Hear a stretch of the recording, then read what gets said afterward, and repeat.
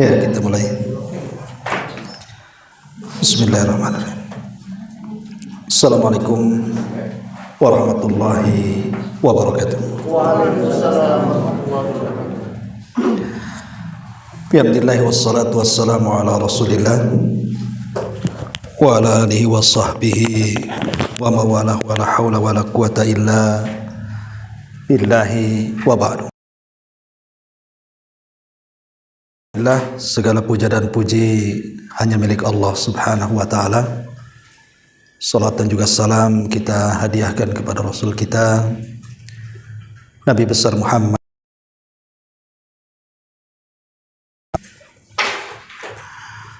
Alhamdulillah, di siang hari ini kembali kita bisa, Bapak Ibu sekalian, masih bisa menyempatkan diri untuk thalabul ilmi. Kemudian juga salawat dan juga salam, kebetulan kita di hari Jumat, maka perbanyaklah bersalawat kepada Nabi sallallahu alaihi wasallam, karena Rasul mengatakan, man shalla alayya salatan wahidatan, bersalawat kepada Nabi subhanahu wa ta'ala akan bersalawat kepada kita 10 kali. Apa maknanya? Jadi kalau kita mengucapkan Allahumma salli ala Muhammad, artinya kita meminta kepada Allah agar Nabi kita dipuji oleh Allah Subhanahu wa ta'ala di langit sana, di hadapan para malaikatnya, di hadapan Jibril, Mikail, dan semua malaikat yang ada di langit. Jadi kalau kita meminta kepada Allah agar memuji Rasul kita 1 kali di depan para malaikat, maka Allah akan puji kita 10 kali di hadapan para malaikatnya. Jadi kita bersalawat 1 kali saja nama kita disebut-sebut 10 kali itu di langit. Maka jangan bakhil untuk bersalawat. Apalagi di hari Jumat memang dianjurkan bersalawat kepada Nabi sallallahu alaihi wasallam. Baik, kita lanjutkan, masih membahas hadis Arba'in Nawawi, dan kita masuk pada hadis yang ke-9, hadis dari Abi Hurairah radhiyallahu anhu. Kita baca hadisnya. An Abi Hurairah radhiyallahu anhu qala qala Rasulullah sallallahu alaihi wasallam, dari Nabi sallallahu alaihi wasallam Rasul bersabda, apapun yang aku larang kepada kalian maka jauhilah sejauh mungkin, dan apapun yang aku kemampuan kalian, karena hancurnya umat sebelum kalian, kata Rasul, terlampau banyaknya soal mereka dan perselisihan mereka terhadap nabi-nabi mereka. Hadis ini sebenarnya ada asbab wurudnya. Kalau Quran itu kan ada namanya asbab nuzul. Kenapa satu surat itu diturunkan? Apa sebab turunnya? Tapi kalau hadis itu disebut asbab wurud namanya. Kenapa Rasul sampai bersabda seperti ini? Tentu ada penyebabnya. Ada seorang sahabat namanya Aqra ibn Habis radhiyallahu anhu. Itu bertanya kepada Nabi sallallahu alaihi wasallam saat Rasul berkhutbah. Isi khutbahnya adalah, ayyuhan nas innallaha qad farada alaikumul hajj fahujju. Wahai manusia, Allah telah mewajibkan haji kepada kalian, maka hajilah. Tiba-tiba kemudian Aqra ibn Habis ini bertanya, ya Rasulullah, afi kulli amin, apakah hajinya setiap tahun? Seperti sholat itu kan ada 5 waktu setiap hari. Jadi apakah kewajiban hajinya setiap tahun kita wajib haji? Rasul tidak jawab. Kemudian Aqra bin Habis bin Wasallam mengatakan, seandainya aku jawabnya, iyalah seumur hidup 1 kali saja nggak sanggup kita mengerjakannya kan. Banyak orang kaya sanggup haji, nggak mau haji juga. Artinya kan nggak sanggup mengerjakan itu. Apalagi tiap tahun wajibnya kan, makin tak sanggup lagi. Makanya Rasul mengatakan, kalau aku katakan iya, kalian tidak akan sanggup. Dari sini Rasul bersabda, mana haitukum anhu fajtanibu. Pokoknya apa yang aku larang tinggalkan. Wa ma amartukum bihi fa'tu minhu mastata'tum. Apapun yang aku perintahkan laksanakan saja, jangan banyak tanya. Fa innama ahlaka man kana qablakum kathratu masailihim wa ikhtilafuhum ala anbiya'ihim. Kemudian Rasul mengatakan karena hancurnya umat sebagian kalian itu karena terlampau banyak tanya dan menyelisihi nabinya. Itulah diantara kenapa terjadinya hadis ini. Jadi akibat pertanyaan seorang sahabat namanya Aqra ibn Habis, makanya Rasul bersabda seperti ini. Taib ma'asyiral muslimin wal muslimat, hadirin dan hadirat yang dimuliakan Allah Subhanahu wa taala. Hadis ini diriwayatkan oleh seorang sahabat namanya Abu Hurairah. Dan kita tahu Abu Hurairah ini adalah sahabat yang paling banyak meriwayatkan hadis kepada kita. Hampir separuh agama kita itu datang riwayatnya dari Abu Hurairah. Coba saja Anda baca hadis bab wudu, ada hadis dari Abu Hurairah. Bab tayamum, ada hadis dari Abu Hurairah. Bab solat gitu juga. Hampir semua bab dalam fikih itu ada hadis dari Abu Hurairah. Karena memang Abu Hurairah itu adalah sahabat yang paling banyak meriwayatkan hadis, di atas 5.000 hadis yang sampai kepada kita. Dan tidak ada yang menandingi Abu Hurairah dari segi hafalan hadis. Tentu karena doanya Nabi SAW bahwa Abu Hurairah tidak akan pernah lupa hafalannya. Karena ada doa kan, Rasul yang mendoakan dia tidak akan pernah lupa. Makanya Abu Hurairah tidak akan pernah lupa itu hafalannya, karena doa Nabi. Dan Abu Hurairah radhiyallahu juga didoakan bukan hanya dari segi hafalan, tapi juga didoakan bahwa dia akan dicintai orang. Semua manusia pasti mencintai Abu Hurairah, termasuk kita. Dan itu karena doa Nabi SAW. Makanya kalau ada orang yang membenci Abu Hurairah, berarti alamat munafik dalam hatinya. Dan siapa yang mencintai Abu Hurairah berarti alamat iman dalam hatinya. Karena bagaimanapun kalau bukan karena Allah kemudian Abu Hurairah, tentu separuh Islam tidak akan sampai kepada kita. Artinya jasa Abu Hurairah itu besar sekali. Tapi ada juga yang tidak suka dengan Abu Hurairah seperti orang-orang Syiah. Mereka tidak suka dengan Abu Hurairah untuk menghancurkan Islam kan itu. Intinya bahwa Abu Hurairah adalah perawi hadis ini. Namanya di zaman jahiliyah itu Abdus Syamsi. Jadi orang-orang jahiliyah itu suka memberi nama dengan nama-nama yang isinya kesyirikan. Karena Abdus Syamsi artinya hamba matahari.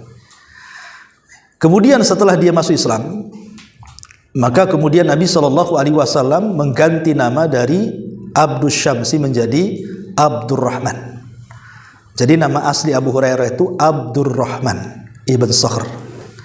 Lalu kenapa kemudian nama aslinya tidak dikenal? Justru julukannya pula yang dikenal Abu Hurairah. Ini pun karena ada sebabnya. Karena Abu Hurairah itu kalau ngaji, bermajelis taklim dengan Rasul itu suka bawa anak kucing. Dan bahasa Arabnya anak kucing itu Hurairah. Kalau kucing garong itu Hirrah namanya. Kan ada kucing garong, ada anak kucing. Ya, kalau garong itu disebut Hirratun. Kalau kucing kecil namanya Hurairatun. Nah, gitu ya. Jadi Abu Hurairah itu artinya bapak kucing kecil. Gitu ya, kalau mau diartikan bahasa kita. Karena kecintaan Abu Hurairah dengan kucing. Dia suka dengan kucing. Dari sini boleh kita merawat kucing gitu ya, tapi ya harus diperhatikan karena dia adalah binatang yang bisa kencing, bisa berak gitu, bisa kotor, juga harus diperhatikan dari segi kebersihannya. Lah dari kecintaan Abu Hurairah kepada anak kucing itu, karena selalu ditaruh di tasnya, kadang di pesaknya, kadang di bajunya, maka Nabi SAW sejak itulah tidak memanggil Abdurrahman, tetapi memanggil ya Abal Hir atau ya Aba Hurairah, wahai bapak kucing kecil. Dan itu jadi kebanggaan. Ya, jadi Abu Hurairah lebih suka disebut Abu Hurairah karena kunyah atau julukan itu diberikan oleh Nabi. Sama dengan Ali. Ketika Ali radhiyallahu anhu sedang tertidur di Masjid Nabi, dan Masjid Nabi itu kan masih penuh dengan tanah gitu ya, bukan kayak sekarang ada permadani keramik kalau tidur bersih. Kok zaman dulu tidur ya belepotan tanah lah. Belepotan debu di bahunya. Makanya ketika Ali tertidur dan ketika itu sedang bertengkar dia dengan istrinya Fatimah, maka Rasul datang untuk mendamaikan. Lah cara membangunkan Ali bukan dengan menyebut namanya ya Ali, tapi dipanggilnya ya Aba Turab, wahai bapak tanah. Apa bapak tanah itu? Tuan Takur atau apa? Ya. Karena banyak tanahnya di pundak itu, jadi disebut wahai bapak tanah. Dan Ali semenjak itu lebih suka disebut bapak tanah Abu Turab dibandingkan namanya sendiri. Begitulah kemudian panggilan-panggilan yang dipanggilkan Rasul kepada sahabat itu dalam bentuk julukan, itu pula yang disenangi para sahabat, walaupun artinya agak nyeleneh gitu ya. Tapi karena Rasul yang ngasih nama, senang saja para sahabat. Beda kalau saya ngasih nama ke antum, pamannya antum suka ayam, saya katakan bapak ayam kan, masa nggak suka lah kan, karena bukan nabi kan itu yang ngasih nama ya. Artinya kalau sahabat itu walaupun artinya nyeleneh pun senang-senang saja kan itu. Taib, di sini Abu Hurairah radhiyallahu an meriwayatkan sebuah hadis ya tentang kalimatul jami. Jadi hadis ini disebut dengan jawamiul kalim. Jawamiul kalim itu artinya kalimat singkat tapi syarat dengan makna. Itulah Nabi, ciri khasnya Nabi itu kalau ngomong singkat tapi maknanya kemana-mana. Kalau kita kan terbalik, ngomongnya kemana-mana intinya sedikit gitu ya. Kalau Nabi itu justru terbalik, ngomongnya sedikit tapi kalau mau dijabarkan kemana-mana tuh. Itulah namanya kalimat singkat syarat makna. Itulah ucapan Nabi yang dilebihkan dari seluruh para Nabi. Jawamiul kalim namanya. Lah di antara jawamiul kalim ini Nabi SAW mengatakan, ma nahaitukum anhu fajtanibuhu wa ma amartukum bihi fa'tu minhu mastata'tum. Apapun yang aku larang tinggalkan, apapun yang aku perintahkan laksanakan semampu kalian. Perhatikan di sini perbedaannya. Kalau bicara larangan, maka Nabi SAW tidak mengaitkan dengan kemampuan. Tinggalkan. Mampu tidak mampu tinggalkan. Ya kan? Tapi kalau cerita perintah disesuaikan dengan kemampuan. Kalau aku perintahkan sesuatu laksanakan sesuai dengan kemampuan. Tapi ketika bicara soal larangan tidak. Rasul tidak mengatakan apapun yang aku larang jauhi semampu kalian, tidak. Tapi Rasul mengatakan tinggalkan. Mampu nggak mampu tinggalkan. Ya, harus ditinggalkan. Tapi kalau perintah disesuaikan dengan kemampuan. Kenapa? Sebab kalau larangan itu tidak ada gantinya. Tapi kalau perintah itu ada gantinya. Contoh umpamanya, orang tidak sanggup berdiri dalam sholat. Gantinya apa? Duduk. Kata Rasul, sholatlah berdiri kalau sanggup. Kalau tidak sanggup, duduk. Berarti ada gantinya. Dari berdiri ke duduk. Tidak sanggup duduk, baring kata Rasul. Berarti ada gantinya lagi. Ya. Kemudian berwudu. Berwudu dengan air. Tidak ada air, ada gantinya tayamum. Jadi perintah itu biasanya ada gantinya. Tapi kalau larangan tidak ada gantinya. Contoh mamanya, orang terbiasa minum khamr 1 botol. Kemudian mengurangi. Kata Nabi, apa yang kau larang, yang aku larang tinggalkan. Mungkin 1 hari ini dikurangilah setengah botol. Besoknya jadi kurangi setengah gelas. Nggak bisa. Ya, mau sedikit mau banyak kata Rasul tinggalkan. Nggak ada cerita kayak sholat dari berdiri ke duduk, dari duduk ke berbaring, enggak. Dari 1 botol, setengah botol, 1 gelas, setengah jadi 1 sendok, nah gitu kalau larangan itu. Lah makanya Nabi SAW mengatakan secara mutlak. Ya, ini yang pertama. Yang kedua, sebab kalau seandainya perintah itu dilakukan sesuai dengan kemampuan, dikhawatirkan dia meninggal dunia dan dia sedang melaksanakan maksiat. Berarti suul khotimah nantinya. Itulah yang kemudian Nabi SAW mengatakan langsung main tinggalkan.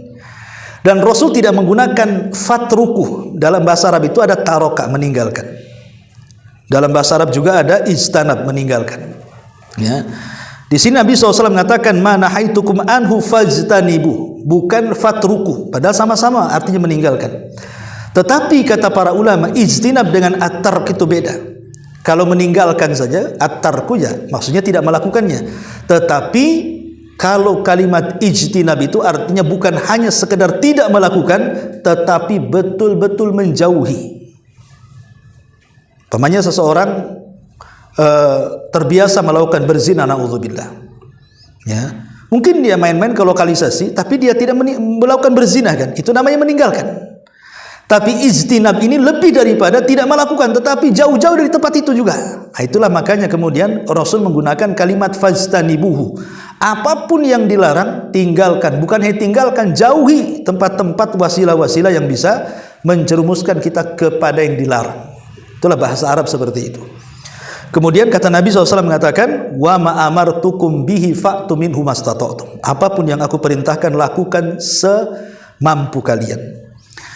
Dalam Islam ini banyak keringanan yang Allah ringankan kepada kita. Jadi kalau kita tidak sanggup melakukan, maka ada yang sifatnya digugurkan secara keseluruhan. Contoh, orang tidak sanggup haji, tidak disuruh kita jalan kaki. Makanya saya juga heran kok ada orang naik haji pakai sepeda gitu kan. Padahal haji itu kan disesuaikan kemampuan kan gitu ya. Ya, maksudnya apa? Namanya bahaya karena orang naik sepeda dari sini ke Saudi itu, entah cuacanya, entah rampoknya, entah apanya kan. Ya, kalau tidak sanggup enggak usah dipaksa-paksa, apalagi jalan kaki kan gitu. Itulah sebenarnya indahnya Islam. Enggak sanggup, sudah gugur. Ya. Yang kedua, ada yang digugurkan sebagian. Memang tidak digugurkan total, tapi digugurkan sebagian. Contoh umpamanya, ada seorang mu'alaf masuk Islam. Dia belum hafal Fatihah dalam sholat, namanya mu'alaf, ya kan? Belum mampu membaca Fatihah. Tapi kan bagaimanapun kalau sudah bersyahadat masuk Islam, mau tidak mau sholat, walaupun tidak hafal Fatihah. Ya, diganti dengan apa? Dengan takbir, tasbih, tahlil, tahmid kan itu. Ya, diganti dengan subhanallah, walhamdulillah, wala ilaha illallah, Allahu akbar. Itu ganti Fatihah. Ya. Tetapi kalau seandainya dia hafal separuh Fatihah, maka yang separuh dibaca, nanti separuhnya balik kepada tahmid, tahlil, dan takbir tadi. Umpamanya, ini mu'alaf ini baru belajar Fatihah, baru bismillahirrahmanirrahim, alhamdulillahirabbil alamin, arrahmanirrahim, maliki yaumiddin, titik sampai di sini. Baru hafal 3 ayat ini saja, atau 4 ayat gitu ya. Separuhnya dah hafal. Maka kata para ulama, tetap sholat baca yang hafal itu. Nanti lebihnya balik kepada tasbih, tahlil, dan takbir tadi. Jadi kalau mau Allahu Akbar, baca iftitah, kemudian baca Fatihah, a'udzubillahi minasyaitonirrajim, bismillahirrahmanirrahim, alhamdulillahirabbil alamin, arrahmanirrahim, maliki yaumiddin, titik sampai di sini hafalannya nih. Nah, berarti terusannya langsung baca subhanallah, walhamdulillah, wala ilaha illallah, Allahu akbar, kemudian ruku. Nah, gitu maksudnya. Jadi ada keringanan itu yang sifatnya memang dihapus secara keseluruhan, ada yang kemudian sebagian, ada yang kemudian diringankan, seperti dari 4 rakaat jadi 2 rakaat, seperti mengqashar sholat itu kan keringanan namanya, ya. Ataupun diganti seperti air menjadi tanah itu ketika tayamum, dari wudu ke tayamum, dan begitu seterusnya. Jadi soal melaksanakan perintah ini dikembalikan kepada kemampuan kita. Tapi kalau soal larangan tidak ada cerita, tinggalkan. Tetapi seseorang itu boleh melakukan larangan itu dalam tempo-tempo darurat saja. Boleh orang melakukan hal-hal yang dilarang, tapi kalau dalam kondisi darurat. Selain darurat tidak boleh. Contoh umpamanya orang kelaparan, di depannya tidak ada makanan kecuali daging babi. Ya mau tidak maulah kita makan daging babi, sebab kalau tidak mati. Tetapi walaupun demikian dibolehkan melakukan yang haram dalam kondisi darurat, kata para ulama, tetap sesuai dengan kadar daruratnya. Artinya kalau sepotong 2 potong daging babi sudah cukup, jangan pula dihabiskan semua. Nah, mumpung itu namanya. Ya, itu tidak boleh. Artinya kalau sudah sepotong 2 potong sudah mengganjal, nyawa kita sudah selamat, sudah. Tidak boleh. Ya, atau umpamanya kita sedang berjalan, kelaparan, kemudian tidak ada makanan, tahu-tahu ada mangga orang. Atau paksalah kita ambil mangga orang. Kalau dengan 2-3 mangga cukup sudah, jangan kemudian dipanen 1 karung dibawa pulang, nggak boleh kayak gitu ya. Artinya sesuai dengan kadar daruratnya saja. Itu jadi diatur dalam darurat itu kan. Ya, jadi boleh seseorang itu memakan yang diharamkan atau meminum yang diharamkan dalam kondisi darurat. Pamannya kita lagi makan nasi nih, keselak pula, nggak ada minuman kecuali khamr. Yang gimana dorongnya? Mau cari mineral tak ada.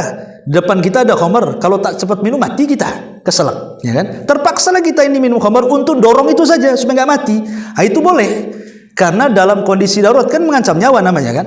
Jadi mengerjakan larangan itu dibolehkan dalam kondisi darurat. Dari sinilah timbul kaidah dari para ulama fikih bahwa sesuatu yang sifatnya darurat itu tubihul mahdurat. Ad-daruratu tubihul mahdurat. Sesuatu yang dilarang itu dibolehkan dalam kondisi terpaksa. Ya.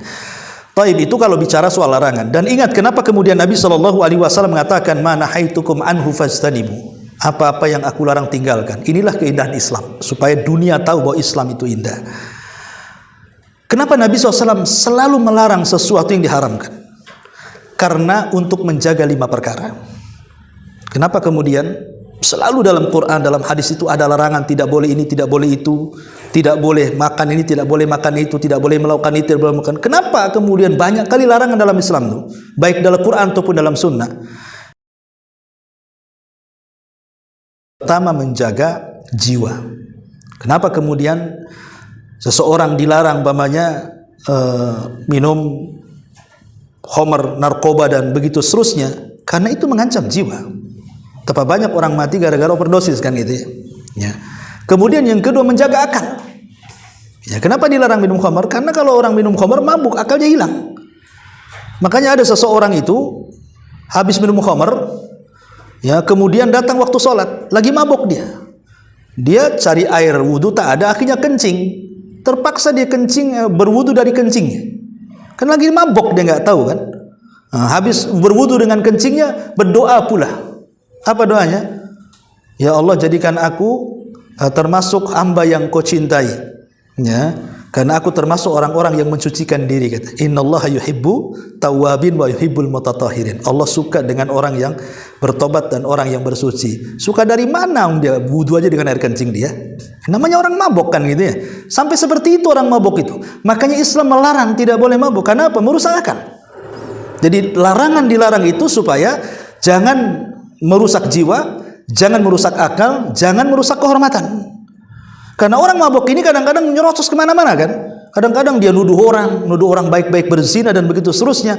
Makanya kemudian hukuman para pemabuk sendiri di zaman Nabi itu kalau ketangkap 40 cambukan. Tapi di zaman Umar diperbaharui menjadi 80 cambukan. Kenapa? Disamakan dengan tuduhan kepada wanita baik-baik dikatakan pezina. Ya, karena orang mabuk ini kadang-kadang ngomongnya salah-salah gitu ya. Terkadang dia menuduh seseorang yang tidak jelas, makanya disamakan tuh hukumannya 80 cambukan tuh. Nah, ini yang ketiga. Yang keempat, untuk menjaga harta. Dan yang terakhir, menjaga nasab. Kenapa dilarang zina? Supaya tidak merusak nasab. Kasihan kan anaknya kalau berzina ini tidak dinasabkan kepada bapaknya. Bapaknya tidak jadi wali dia, bapaknya tidak jadi mahram dia, harta bapaknya tidak diwarisi anaknya. Itulah anak zina jadinya kan. Nasabnya pula ke ibunya. Makanya dilarang berzina supaya tidak merusak nasab, gitu ya. Ya, makanya di sini lindah 5 perkara kenapa kemudian timbul larangan dalam Islam itu, untuk menjaga jiwa, untuk menjaga akal, untuk menjaga a'rad, kehormatan, untuk menjaga harta, dan untuk menjaga nasab. Ya, makanya dilarang mencuri. Ya, karena bukan harta kita. Nah, dengan dilarang mencuri, tidak boleh mencuri berarti terjagalah harta itu. Lah, larangan-larangan ini menunjukkan tentang keindahan Islam. Kemudian kata Nabi SAW, fa inna ma ahlaka man kana qablakum kathratu masailihim.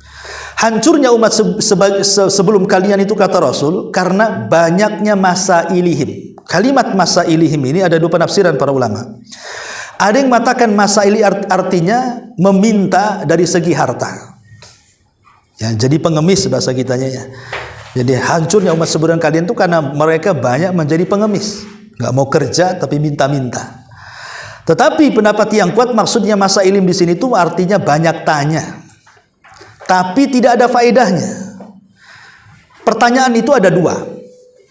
Ada yang diharamkan, ada yang dibolehkan bahkan dianjurkan. Pertama, pertanyaan yang tidak dibolehkan ditanyakan itu, pertama, kalau sifat pertanyaan itu ta'anud. Ta'anud ini apa ya, main-main, ya, memberat-beratkan diri. Contoh umpamanya pertanyaan Bani Israel kepada Nabi Musa. Ketika Nabi Musa alaihi salatu wassalam didatangi Bani Israel karena sebuah pembunuhan. Jadi ada orang kaya mati, ketika itu dicari pembunuhnya. Datang kepada Nabi Musa, wahai Musa, singkaplah siapa pembunuh orang kaya ini, katanya. Kata Nabi Musa, tunggu dulu sampai aku meminta kepada Allah fatwa. Akhirnya Nabi Musa pun berdoa kepada Allah. Kemudian setelah itu Nabi Musa mengatakan kepada Bani Israel, Allah telah perintahkan kepada kalian untuk menyembelih sapi betina. Seandainya mereka langsung menyembelih sapi betina, selesai urusan. Masalahnya mereka banyak tanya, ya Nabi Musa, sapinya kayak apa? Nah, mulai tanya kayak apa tuh? Maksudnya umurnya berapa? Perawankah, jandakah, beranakkah, tak beranakkah? Ditanya semuanya. Kata Nabi Musa lah, ya tidak terlalu muda, tidak terlalu tua, ya sedang-sedang saja. Ya. Kalau sampai di sini mungkin enak cari sapinya kan? Yang penting yang sedang-sedang saja, artinya tidak terlalu muda, bukan perawan, bukan juga sudah tua. Banyak. Tanya lagi. Warnanya sekarang. Mulai warna. Ya. Maka Musa mengatakan sofro, warnanya kuning pekat, nggak ada warna lain. Sapi cari warna kuning pekat dari mana coba? Kecuali cat pilok kan itu ya. Ini kuning, nggak ada warna lain. Bukan hanya warnanya kuning pekat, nggak ada warna lain, tasurun nadirin. Kalau ada orang melihat, suka pula dengan sapi itu. Kan nggak semua orang suka sapi. Ya, ini harus suka. Repot pula tuh. Tapi sampai di sini mereka sendiri masih juga kurang puas. Tanya lagi, wahai Nabi Musa, itu sapinya itu pernah dibajakkan atau enggak gitu? Maksudnya pernah dipekerjakan atau tidak? Kata Nabi Musa, enggak pernah dibajakkan sama sekali, enggak pernah untuk muat sana, muat sini, enggak pernah nandur, enggak. Pokoknya itu sapi liar katanya. Kan makin repot jadinya kan. Awalnya mudah kalau mereka laksanakan, tapi karena banyak tanya, akhirnya susah akhirnya kan. Sehingga dalam Quran itu hampir-hampir mereka tidak mampu melaksanakannya. Bukan sapinya tidak ada sapinya. Masalahnya cuma satu sapinya itu. Jadi satu Bani Israel sapinya cuma satu, itu milik anak yatim. Jadi ketika anak yatim ini tahu punya sapi yang seperti disifatkan itu, malaikat Jibril datang dalam bentuk manusia, ngasih bisikan kepada anak itu, nak, sapimu itu dicari orang dan pasti dibeli. Kenapa pasti dibeli? Karena Bani Israel sudah melakukan perjanjian dengan Nabi Musa. Ingat, kalau mereka sampai tidak dapat sapi, mereka akan diazab. Itu masalahnya, karena mereka sudah buat perjanjian. Kalau sampai tidak dapat sapinya, mereka akan diazab semua. Pasti mereka akan beli daripada diazab, kan gitu ya. Makanya malaikat Jibril mengatakan, nak, sapimu pasti dibeli. Kau jangan sembarang kasih harga. Kasih saja harga, jual sapimu. Kalau mereka mau, ya katakan kepada mereka, silahkan beli sapi saya, tapi seharga emas seberat sapimu juga. Bayangkan coba, emas seberat sapi yang dia beli itu. Dari mana emas sebanyak itu? Akhirnya apa? Satu kabilah dan dikumpulkan emas-emas itu. Pokoknya seberat sapi itulah akhirnya. Kayalah anak yatim ini. Ya. Itulah namanya pertanyaan ta'anud namanya. Memberat-beratkan diri. Jangan bertanya seperti ini. Seperti Bani Israel. Ini dilarang. Ini yang pertama. Yang kedua, pertanyaan yang tidak ada faedahnya. Kan ada orang bertanya itu asal ngomong aja. Nggak ada faedahnya sama sekali. Maka jangan sampai bertanya itu nggak ada faedahnya sama sekali. Ini yang kedua. Yang ketiga, jangan bertanya sesuatu yang mustahil terjadi. Ustadz, bagaimana kalau laki-laki head? Gimana cerita laki-laki head pula? LGBT lah dia. Kan gitu ya. Gimana kalau laki-laki melahirkan? Laki-laki nggak melahirkan. Sesuatu yang mustahil terjadi yang ditanyakan. Ya, ngapain bertanya sesuatu yang mustahil? Jangan pernah bertanya. Ini dilarang dalam Islam. Nggak boleh. Ustaz, bagaimana kalau seandainya Allah itu menciptakan batu, kemudian Allah nggak sanggup angkat batu? Gimana, mustahil nih kan? Ucapan kayak ini kan konyol namanya. Nggak boleh ditanyakan seperti ini. Kan ini sesuatu yang mustahil, haram hukumnya. Ya, ini yang kedua. Yang ketiga, yang keempat, jangan bertanya sesuatu yang sifatnya suhriyah, ngejek. Ya kan, ada orang bertanya itu ngejek dia. Sebenarnya bukan bertanya, kan mau ngejek sebenarnya kan. Seperti ketika bapaknya Nabi Nuh, dia sedang membuat perahu. Kan Allah Subhanahu wa taala memerintahkan Nuh untuk membuat perahu ketika Nuh berdoa kepada Allah, Rabbi inni maghlubun fantasir. Ya Rabb, aku sudah tidak sanggup lagi mendakwai kaumku. Mereka sudah mulai mau menantangku dan mau mengancam diriku dengan pembunuhan. Makanya Allah mengatakan, kalau begitu buatlah kapal. Nah, akhirnya Nuh buat kapal. Ketika Nuh buat kapal, kaumnya ini kemudian bertanya kepada Nuh, Nuh, kamu ini gimana proposimu? Kemarin jadi nabi, sekarang jadi tukang kayu pula katanya. Itu kan ngejek namanya kan. Kemarin jadi nabi, sekarang jadi tukang kayu. Mau apa katanya? Ini kan pertanyaan ngejek namanya. Nah, ini jangan sampai bertanya itu yang isinya ejekan hal. Ya, ini yang keempat. Yang kelima, jangan bertanya soal zat Allah. Pamannya Allah Subhanahu wa taala dijelaskan dalam hadis itu, yanzilu rabbuna ila sama'id dunya. Allah itu turun ke langit dunia. Cemana turunnya? Oh, jangan ditanya. Ya, itu enggak ada yang tahu turunnya cemana kan begitu. Pokoknya Allah yakin Allah turun, selesai. Jangan ditanya macam mana turunnya, macam mana naiknya. Nah, karena Allah tidak sama dengan makhluknya. Atau bertanya soal atau terbayang dengan sesuatu yang gaib yang tidak bisa dihayalkan. Contoh umpamanya ketika Nabi SAW bicara soal sorga. Kata Nabi SAW, sorga itu kenikmatannya mala ainun ra'at wala udhunun sami'at wala khatara ala qalbi bashar. Jadi tidak terlihat mata keindahannya, belum pernah terdengar telinga keindahannya, terlintas pun tidak. Tiba-tiba kemudian kita menghayal, jangan-jangan sorga ini kayak ini. Oh, Rasul mengatakan tidak terbayangkan dengan ini, kok kita hayalkan pula. Nah, jadi jangan sampai kemudian membayangkan sesuatu yang tidak mungkin orang menghayalkannya dan tidak boleh ditanyakan. Ya, jadi lah pertanyaan-pertanyaan seperti ini dilarang dalam Islam. Lalu pertanyaan yang dibolehkan seperti apa? Pertanyaan yang dibolehkan itu cuma dua. Pertama, kalau mengandung ilmu pengetahuan. Yang kedua, kalau hendak diamalkan. Kalau di situ ada ilmu pengetahuan, tanya. Ya. Kalau di situ ada amalan-amalan yang bermanfaat, tanya. Itu yang ditanyakan para sahabat. Makanya sahabat kalau bertanya kepada Rasul, Rasul, jelaskan kepada kami amalan yang bisa mendekatkan ke sorga. Selalu para sahabat tahu gitu kan. Rasul, jelaskan kepada kami amalan yang dicintai Allah. Rasul, jelaskan kepada kami amalan yang kalau seandainya kami amalkan, kami dijauhi dari neraka. Begitu para sahabat. Ya, jadi inti pertanyaannya itu ilmu dan juga amal. Tidak lepas daripada ilmu dan amal. Itulah tujuan orang bertanya. Makanya kemudian, dan bahkan dianjurkan yang seperti ini, seperti Abdullah bin Abbas radhiyallahu anhu pernah ditanya, dari mana kau dapatkan ilmu, hai Ibnu Abbas? Kata Abdullah bin Abbas, bilisanin saul, karena saya banyak tanya. Ya, dengan banyak tanya itulah saya dapat ilmu, katanya. Makanya Allah Subhanahu wa taala mengatakan, fas'alu ahla dzikri in kuntum la ta'lamun, tanya orang yang pakar kalau kalian tidak tahu. Baik urusan dunia atau urusan agama. Urusan dunia saja kalau tidak pada pakarnya pasti salah tuh. Pamannya tanya bengkel ke orang jual bawang, ya nggak nyambung lah kan itu ya. Ya tanya bengkel ke orang bengkel lah. Ya, jadi dalam urusan dunia saja kalau memang bukan pakarnya kan nggak akan nyambung. Apalagi urusan agama. Nah, urusan agama umpamanya ustadz jadi-jadian dengan ustadz beneran kan beda nih. Ini ada ustadz jadi-jadian ditanya. Muncul Ramadan saja, habis itu nggak jadi ustadz lagi, kebanyakan. Nah, itu kan beda kualitasnya. Ya, makanya kenapa Syekhul Islam sampai mengatakan separuh muhandis, separuh pengetahuan muhandis, insinyur itu pasti merobohkan bangunan. Separuh pengetahuan dokter pasti mencelakakan pasien. Separuh orang yang memahami agama pasti menyesatkan orang. Ya, artinya bahwa pengetahuan itu kalau bisa jangan separuh-separuh gitu ya. Kalau bisa tuntutlah ilmu itu sebanyak mungkin. Lah di sini maksudnya kasratu masailihim wa ikhtilafihim ala anbiya'ihim. Yang kedua, dan jangan sampai banyak menyelisihi nabi. Ya. Jangan sampai banyak menyelisihi nabi-nabinya. Karena di sini kan sahabat sebenarnya kan sederhana, dia akan hanya bertanya kan, Rasul apakah haji tiap tahun? Kata Rasul, tidak mau jawab tuh Rasul. Karena kalau dijawab ya pasti nggak sanggup tuh.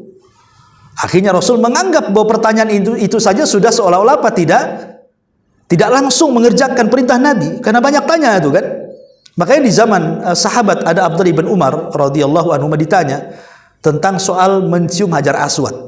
Jadi dia mengatakan fulan nih, wahai Ibnu Umar, apakah saya harus mencium Hajar Aswad ketika tawaf? Katanya. Kata Ibnu Umar, iya. Macam mana kalau rame? Ya, kata Ibnu Umar, kalau sanggup cium, kalau enggak jangan. Ditanya lagi, macam mana kalau ramai? Apakah saya mencium? Kata Ibnu Umar, kalau sanggup mencium-cium, kalau tidak jangan. Macam mana kalau ramai sampai 3 kali? Lah ini gimana? Udah dijawab masih tanya macam mana kan? Makanya marah Ibnu Umar ini. Dari sini Ibnu Umar adalah salah satu sahabat yang memakruhkan orang yang bertanya yang sifatnya i'tiradat. I'tiradat itu membantah gitu ya. Bertanya untuk membantah. Nah ini sebagian sahabat ada yang memakruhkan seperti Ibnu Umar karena kasusnya seperti ini tadi, udah dijawab masih tanya, kayak itu. Berarti kan orang ini ngeyel berarti ya kan, bukan mencari kebenaran. Ini diantara kandungan hadis yang ke-9. Wallahu alam, mudah-mudahan ada manfaatnya. Taib, sebelum saya tutup, kalau ada yang bertanya silakan.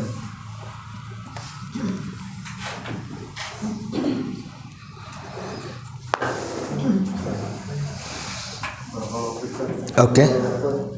Apakah ketika kita pernah berbohong, saat bermuamalah, akankah berpengaruh pada syaratnya rezeki kita, Ustaz?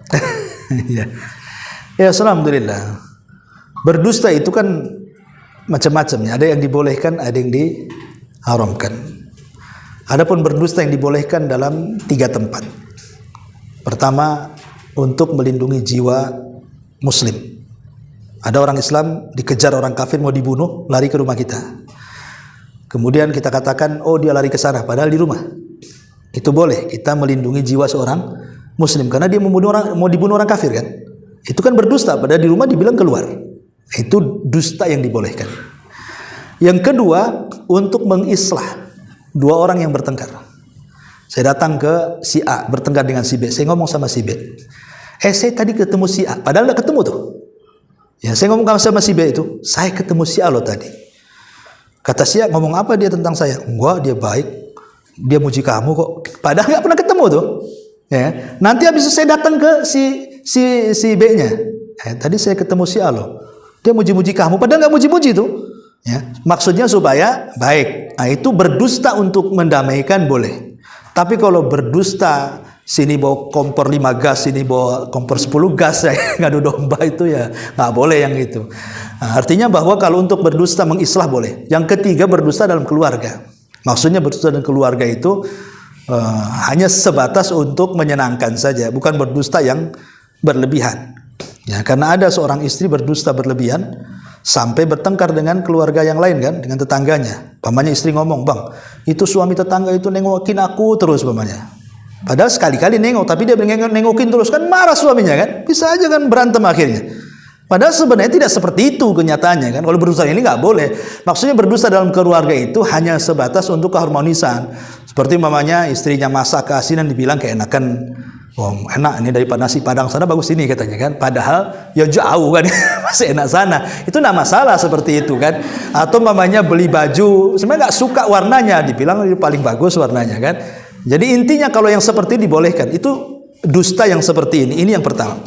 Yang kedua, ada dusta dalam bentuk tauriyah, ini terpaksa. Kalau dusta dalam bentuk tauriyah dan sifatnya darurat, boleh. Dan ini pernah terjadi kepada para ulama. Contoh di zaman Imam Ahmad ibn Hanbal. Kita tahu bahwa di zaman Imam Ahmad ibn Hanbal itu kan penguasa dikuasai secara agama adalah oleh kelompok Mu'tazilah. Kelompok Mu'tazilah ahli sunnah itu dibantai. Kenapa? Karena Khalifah Mu'tasim ketika itu, Khalifah Ma'mun sebelumnya mengatakan bahwa Quran itu makhluk, sementara kita mengatakan Quran itu kalamullah. Jadi siapapun yang mengatakan Al-Quran kalamullah ditangkap, dipenjara, bahkan sebagainya dibunuh. Sehingga banyak para ulama masuk penjara, disiksa. Sehingga banyak ulama yang meninggal, seperti Imam Al-Buaiti, itu kawannya Imam Syafi'i, meninggal. Kemudian Muhammad ibn Nuh meninggal. Kemudian Nu'aim ibn Hamad meninggal. Banyak ulama-ulama salaf meninggal di tangan kekejaman tangan besinya si Khalifah Ma'mun Mu'tazilah. Jadi banyak ulama akhirnya yang tidak tahan dengan siksaan penguasa, mereka pura-pura mengatakan Al-Quran makhluk. Tapi dengan cara berdusta, maksudnya dustanya dengan dusta tauriyah. Dengan menyebutkan begini, ya. Taurat mulai dari Suhuf, Taurat, Injil, Zabur, Quran makhluk. Maksudnya yang makhluk itu ininya, tangannya, maksudnya yang makhluk itu. Dia tidak mau mengatakan Al-Quran kalamullah, karena kalau dikatakan kalamullah langsung ditangkap kan. Dia harus mengatakan Quran makhluk. Makanya mereka mengatakan oke, Suhuf, Injil, Taurat, Zabur, Quran makhluk. Maksudnya makhluk ininya, gitu maksudnya. Dia berdusta. Seperti Ibrahim, ketika dia menghancurkan patung, kan palunya diletakkan di patung yang paling besar. Kemudian ditanya sama Raja Babil itu, "A'anta fa'alta hadza bi alihatina ya Ibrahim?" Kau ya yang melakukan menghancurkan patung itu ya? Kata Ibrahim, mana ada. Kalau saya menghancurkan, palunya di tangan saya lah. Kan palunya ada kalungkan di patung besar itu. Sambil menunjuk ya jempolnya ini ke patung itu. Bal fa'alahu kabiruhum hadza. Maksudnya Ibrahim itu yang melakukan ini, cuma diisyaratkan ke patung. Paham ya? Nah, jadi isyaratnya ini ke jempolnya ke patung, kata Ibrahim sebenarnya ini yang melakukan, cuman diisyaratkan ke patung besar, seolah-olah patung itu. Kenapa Ibrahim kemudian jempol kayak orang Jawa, monggo gini gitu. Jadi karena kalau memegang gagang apapun, gagang palu, gagang apa, tidak akan mungkin kuat tanpa jempol. Contoh mamanya ini gagang palu, kita gini, nggak akan kuat. Tapi kalau begini, pasti kuat kan? Yang memegang, yang menjadikan kuat pegangan itu kan jempol kita. Sebab kalau megang gini saja mana kuat kan itu. Tapi kalau sudah gini pasti kuat. Lah Ibrahim itu maksudnya itu jempol dia yang melakukan gitu loh. Nah, itu namanya tauriyah, namanya berdusta juga kan. Lah sebab dusta inilah Ibrahim tidak bisa memberikan syafaatul uzma. Adapun selain daripada dua dusta ini, maka dusta-dusta yang lain haram hukumnya dan dosa besar. Dusta itu dosa besar. Apakah kemudian dusta itu bisa mengurangi rizki? Ya, semua dosa bukan hanya dusta. Semua dosa itu bisa mengurangi rizki. Dan mengurangi rizki itu bukan nominalnya saja. Terkadang nominalnya tidak berkurang, terkadang berkahnya yang hilang. Terkadang nominalnya makin bertambah, tapi berkahnya makin hilang. Seperti orang yang jualan di pasar. Kenapa orang menipu coba? Karena berpikir bahwa dengan menipu udah banyak untungnya kan. Padahal kalau dia tahu bahwa rizki Allah sudah ditentukan, sebenarnya tidak bertambah. Sebab kalaupun Anda nipu atau tidak nipu, ya segitu saja rizkinya. Oh, sudah ditentukan di Lauhil Mahfuz kok. Makanya orang yang yakin dengan takdir tidak mungkin menipu. Kenapa? Karena menipu nggak menipu sama saja dapatnya. Oh, sudah digariskan kok. Di Lauhil Mahfuz sudah dicatat hari dapat 50.000, tetap dapat 50.000 kan. Mau halal mau haram tetap dapat segitu maksudnya gitu ya. Kenapa harus menipu? Itu maksudnya ya. Jadi kalau orang tetap menipu, makanya kemudian Rasul mengatakan al-bayyi'ani bil khiyar. Orang yang berjual beli itu kembali kepada khiyar, pilihan. Ya. Artinya kalau masih bertransaksi di depan berarti ada pilihan, boleh membatalkan bisa meneruskan. Ya. Tapi kalau seandainya kedua-duanya sedekah, jujur, burika lahuma fi bai'atihima kata Rasul. Fi bai'ihima. Maka akan diberkahi dalam jual beli keduanya. Wa illa wa in kadzaba. Nah, kalau tidak dan keduanya berdusta, maka akan dicabutlah keberkahan dari keduanya. Dari sini menunjukkan bahwa ya buat apa juga lah usaha ini berdusta kan itu. Itu bisa menyempitkan rezeki. Lah bagaimana caranya? Ya jangan diulangi lah berdusta. Tinggal bertobat, tinggal diperbaiki lah, jujur lagi. Memang agak repot ya di zaman sekarang ini kadang-kadang. Lisan ini kalau tidak berdusta ya karena itulah kurangnya tawakal dan kurangnya beriman dengan takdir tadi, apalagi dalam soal bisnis. Di zaman sekarang orang jujur ya susah. Makanya wajar kemudian kalau para sidikin itu salah satu di antara orang yang tidak akan ditanya dalam kuburnya oleh mungkar dan nakir. Ya, orang yang jujur itu kalau dia meninggal nggak akan ditanya mungkar nakir tuh. Man rabbuka wa man nabiyuka, nggak akan ditanya para sidikun itu. Ya tapi ya memang gimana, berat orang jadi orang jujur itu berat kan gitu ya. Makanya kenapa dia di bawah para nabi. Allah mengatakan ulaikal ladzina an'amallahu alaihim minan nabiyyina was-siddiqina wasyuhada was-shalihin. Bayangkan, nabi orang jujur, para syuhada orang soleh. Dia kedudukannya nomor 2 setelah nabi, orang jujur tuh. Ya, tapi sekarang siapa di antara kita orang jujur? Apalagi sekarang cerita musim politik kan. Semua caleg semua ini udah janji banyak kali itu. Kalau nggak janji nggak terpilih kan. Harus janji biasanya. Dan semua dusta kadang-kadang. Ya, wallahu a'lam. Iya. Iya. Waalaikumsalam. Tentang larangan tadi Ustaz ya. Tadi Ustaz katakan kalau yang namanya larangan itu nggak ada apa namanya pengganti, nggak ada pilihannya, langsung ditinggalkan gitu Ustaz. Nah ini kan fenomena kita nih kan meninggalkannya ini ada istilah langsung meninggalkan gitu kok kayaknya gimana gitu. Contohnya kan banyak lah, misalnya berpakaian, kita udah tahu namanya larangan kan ujung-ujungnya haram gitu, sesuatu yang pasti mudaratnya lebih banyak gitu Ustaz. Nah, berpakaian lah misalnya kan ada seseorang tuh dia tahu bahwa menutup aurat itu wajib dengan pakaian yang memang standarnya lah. Nah, tapi dia tahu kan itu larangan, tapi dia katakan dia akan berproses, tunggu dulu ini dulu. Nah ini bagaimana caranya supaya hati itu langsung tiba-tiba udah nggak mikirkan langsung ke tahapan yang dikatakan oleh perintah itu tadi. Iya, alhamdulillah. Ya itu kan maksudnya kan kenapa agama sekeras itu? Ya dikhawatirkan sebab kalau tadi bicara proses itu lagi proses dia mati itu masalah. Iya. Baru pakai jilbab belum apa-apa gitu kan. Atas sudah ditutup, bawah nggak ditutup. Nanti bulan depan lah bawahnya saya tutup, meninggal pula kan itu. Kan repot jadinya kan. Masa masuk surga atasnya, bawahnya masuk neraka. Artinya kan kenapa agama sekeras itu soal larangan itu? Ya, makanya kenapa ketika para sahabat itu contoh pengharaman khamr. Anas bin Malik bercerita dia sedang berada di rumah Abu Talha. Khamr itu minuman khas kebanggaan para sahabat. Belum dilarang ya. Jadi kalau ada tamu itu itulah minumannya khamr, para sahabat itu. Tapi ketika kemudian khamr ini dilarang secara mutlak, kan pelarangan khamr ini bertahap sebenarnya. Awalnya tidak dilarang, cuman diajak berpikir saja. Khamr itu ada manfaatnya tapi madaratnya lebih besar. Kemudian tahap kedua disempitkan waktunya. Mabok silahkan, tapi waktu sholat jangan. Kemudian ketiga baru keras, nggak ada cerita khamr sampai kiamat. Ya. Lah ketika itu Anas bin Malik sedang menuangkan khamr tuh di rumahnya Abu Talha karena banyak tamu. Tiba-tiba Abu Talha mendengar teriakan di luar dan orang-orang ribut. Ya. Jadi kata Abu Talha, ya Anas, kau keluar, kira-kira lagi apa tuh di luar tuh kau ribut kali? Maka Anas bin Malik keluar.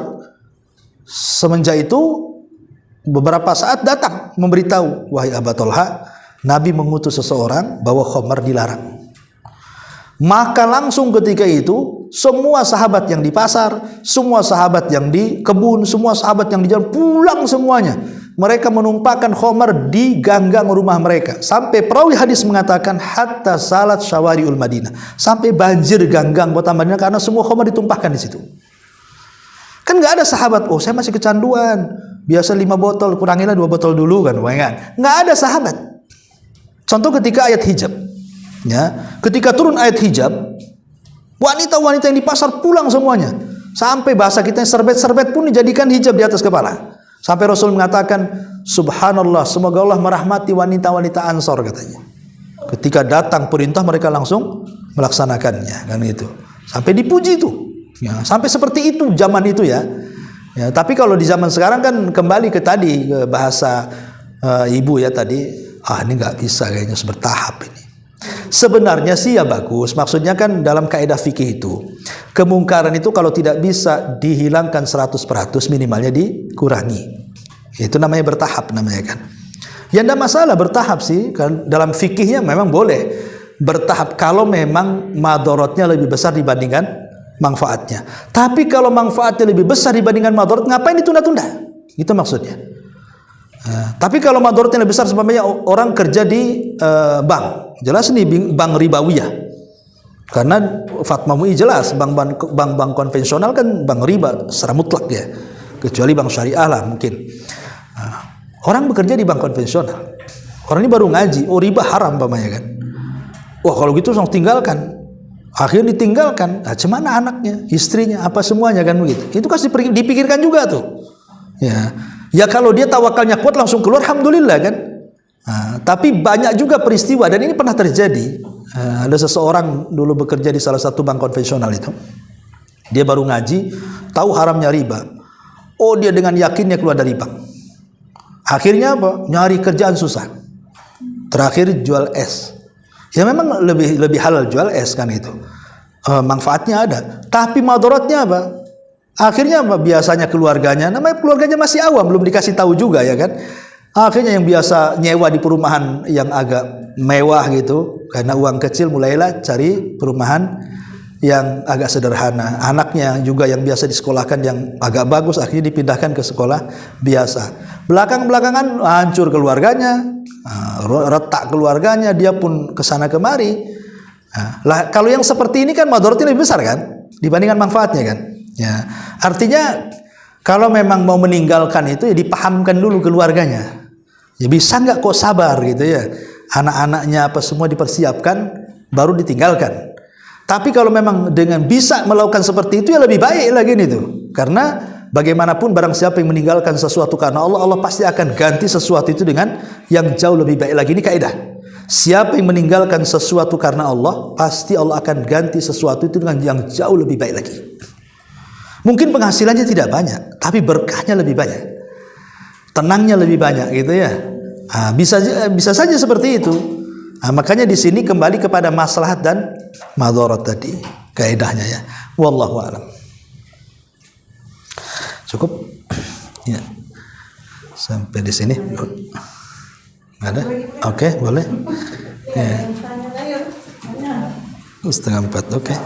Tentang larangan itu misalnya saja. Tadi tentang apa yang Ustaz katakan tadi itu banyak bertanya gitu kan. Nah, kita ini kan kebiasaan bagaimana ya kita menyampaikan misalnya supaya ada perintah gitu, ya udah sami'na wa ata'na, langsung seperti itu aku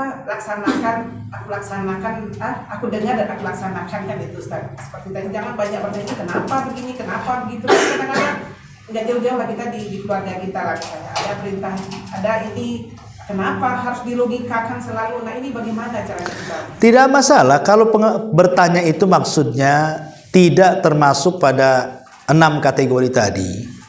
Pertama bukan masalah ta'anut itu memberat-beratkan diri kan.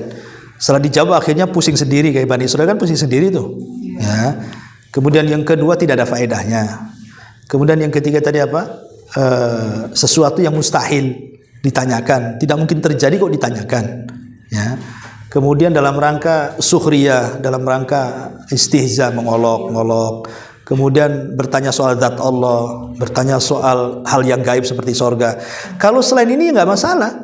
Apalagi kemudian bertanya itu teori-teori yang masuk di akal dan bisa terjadi, memungkinkan terjadi. Contoh umpamanya bertanya begini, apabila anjing menjilat bejana salah seorang di antara kalian, maka cucilah 7 kali dan yang ke-8-nya dengan tanah, umpamanya. Contoh kan.